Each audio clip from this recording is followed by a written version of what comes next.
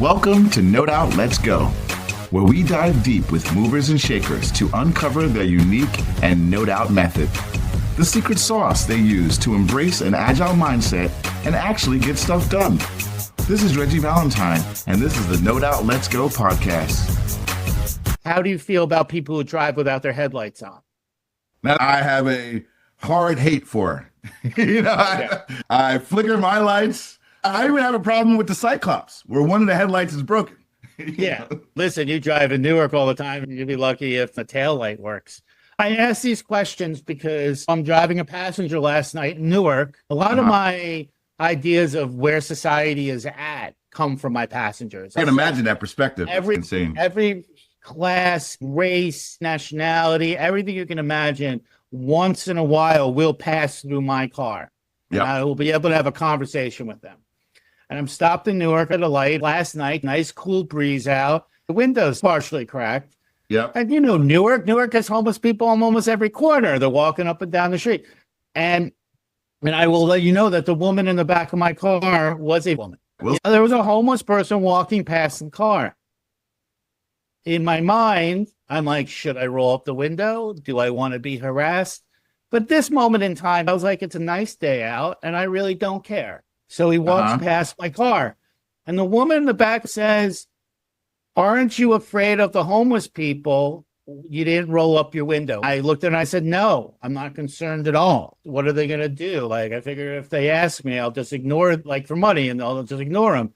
And she's worried about them reaching inside a car and doing something.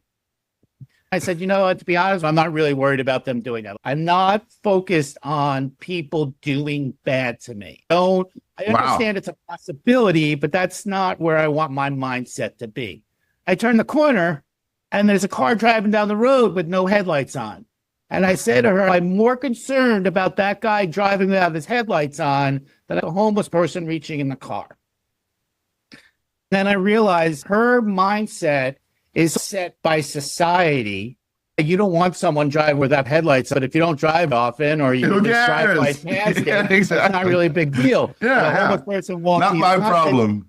Right? I'm not saying homeless people don't attack, but the number of homeless people that attack people while they're sitting in their car versus the number of car accidents that happen because you're not driving in their headlights on, you're more in danger of the car not driving without their headlights on than you are with the homeless person driving past the car. Yeah. It also depends on where you are. I have a very vivid imagination. As you're telling the story, I don't imagine reaching the car. I've seen people in desperate situations switch demeanor quickly. Like, can I have $1? I don't have any money. What? You don't have any money? They switch. So my fear is always that not that they're going to reach into the car, but that they're going to spit into the car. I once gave a guy a quarter in New York City. He threw it back in my car. I was like, oh my God. Those things happen. Yes, the actual number of times of physical interaction is very rare. And society has framed this woman's framework. Yep. In saying, I'm going to fear homeless people because of the occasional once in a while when a homeless person does seem to attack.